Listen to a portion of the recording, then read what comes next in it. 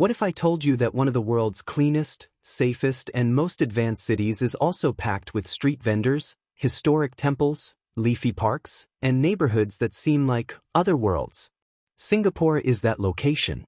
During my initial visit, I couldn't stop wondering how one tiny island could support so many different lives. I've spent years traveling by myself. I've strolled through Seoul's bustling streets. I have traveled around Bangkok's historic neighborhoods. In London, I've had leisurely days. I was impacted by each of those cities. However, Singapore seemed to be able to sharpen, polish, and balance them all in a way that no other city could.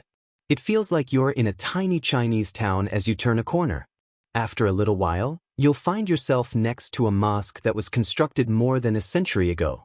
After taking your taxi over the river, you find yourself in what appears to be the future, complete with glass skyscrapers and giant metal trees that shine at night. I learned that Singapore is more than just a place to visit during my 8-day solo trip. It has enough sights, stories, dining, and culture to make an entire vacation memorable and leave you wanting more. In today's episode, I'll walk you through the places I saw, the tours I took, the prices I paid, the things that surprised me, and what it's like to be a visitor who has seen a lot yet was still surprised. Let's start on the journey. For the first time in a long time, I traveled to Singapore with virtually no plans. Though nothing was set in stone, I had some ideas about the sites I wanted to visit. I prefer to travel in this style. It allows room for surprises. Besides, surprises are common in Singapore. I went to a little hotel close to Bugis Street. I could walk practically anywhere, but it wasn't the most affordable location. From the beginning, I intended to explore as much as I could on foot. Yes, the city is warm, but it's also designed with walking in mind. Broad routes, clear signs, shaded areas. It was somewhat reminiscent of Melbourne, Australia, but with more color and street life. I strolled to Kampong Glam on my first morning. The Sultan Mosque's golden dome loomed over everything else. In Kuala Lumpur, I had seen mosques with gold domes, but this place felt different. There's a gentle, laid-back vibe throughout. Cafes, vibrant murals, stores that sell fabric and fragrances.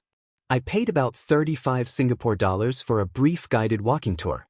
It covered the history of the Malay district and lasted for an hour and a half. It was straightforward but useful for comprehending the history of the location. Some travel advice for you. Guided walking tours in Singapore are typically reasonably priced and provide you with information that you won't get from reading the signs. I walked over to Little India. You are immediately struck by the color. It reminded me of Mumbai, but quieter and cleaner. I went to the temple of Sri Veeramakaliamman. Admission is free. Only take off your shoes and enter. It was one of the most peaceful stops of my entire journey because of the features inside, such as the statues, the bright paint, and the scent of incense. In Little India, food is inexpensive. For a city noted for its extravagant pricing, a full supper can cost between 6 and 10 Singapore dollars. I watched the street while eating curries and roti in a little outdoor restaurant. Just by watching you can learn a lot. The next day I went to Chinatown. Another easy walk from Bugis, but by the time I arrived the heat was strong, so I stopped in a few shaded spots along the way. Chinatown in Singapore is more organized than the ones I've seen in Bangkok or Manila.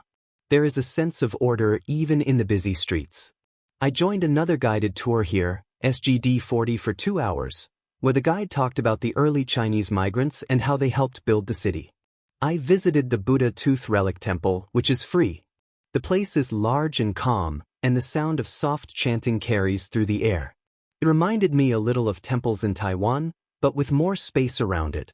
The ease of changing from old to new in a matter of minutes was one of my favorite things about Singapore. I paid about 10 Singapore dollars for a taxi ride to Marina Bay Sands after Chinatown. All of a sudden, I found myself in what appeared to be the future.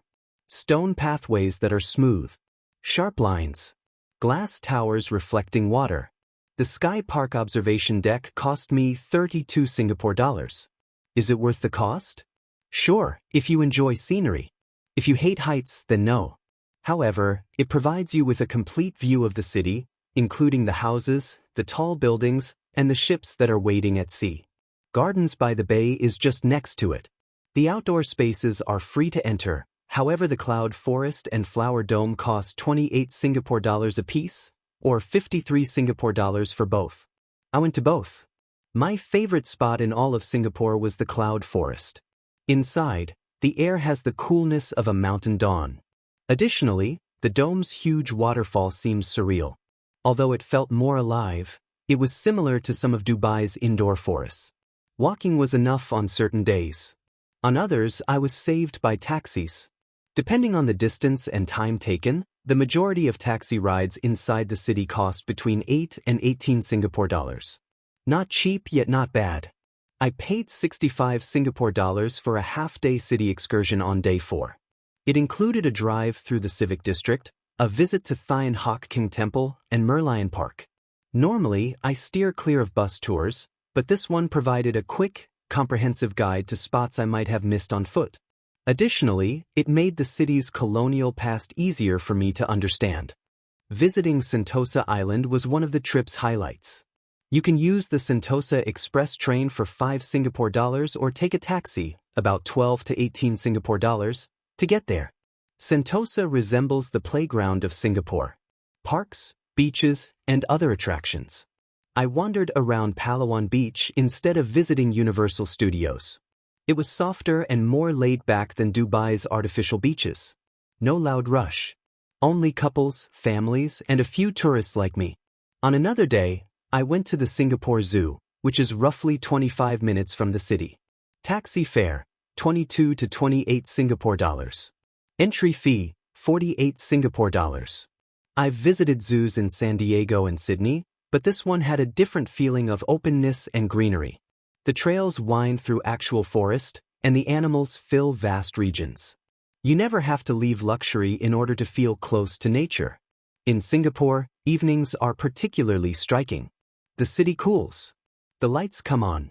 One evening, I took a stroll around Clarke Quay, which is roughly 20 minutes away from Bugis Street. It has views of the river, choices for food and music, and bars. I watched boats cruise by while drinking something cool beside the water. Traveling can sometimes be about small things. By day 7, I realized something about Singapore. It feels familiar because it mixes so many parts of the world. Yet it is different because it keeps everything balanced. Clean, but not cold. Busy, but not rushed. Modern, but not empty of soul. My last day was slow. I returned to the places I liked most. Little India for food, Kampong Glam for a quiet walk, and Marina Bay just to stand by the water. 8 days felt long enough to see the city, but short enough to want more. There is no loudness about Singapore. It doesn't attempt to overpower you. Rather, it develops on you through little acts of kindness, such as tidy streets, welcoming people, safe areas, simple routes, and food that feels like home, regardless of where you are from. It is among the easiest and friendliest cities I have ever been to as a lone traveler. And I've seen a lot. Singapore is now one of those unique cities that I would be happy to visit again, things that linger long after you've left. The experience in Singapore comes to an end with that. Though there is still plenty to explore, 8 days felt like a good taste of the city. The thing about Singapore is that opportunities abound. Even if you believe you've seen everything. Singapore should be at the top of your list if you're a lone traveler searching for a location where you want to go next. It's secure. It's uncomplicated. There are plenty of sites to visit, foods to sample, and streets to explore. You could be surprised in the same manner that I was. I appreciate you coming along on this trip with me. Until the next journey, continue to explore, travel, and maintain an open mind for the next adventure.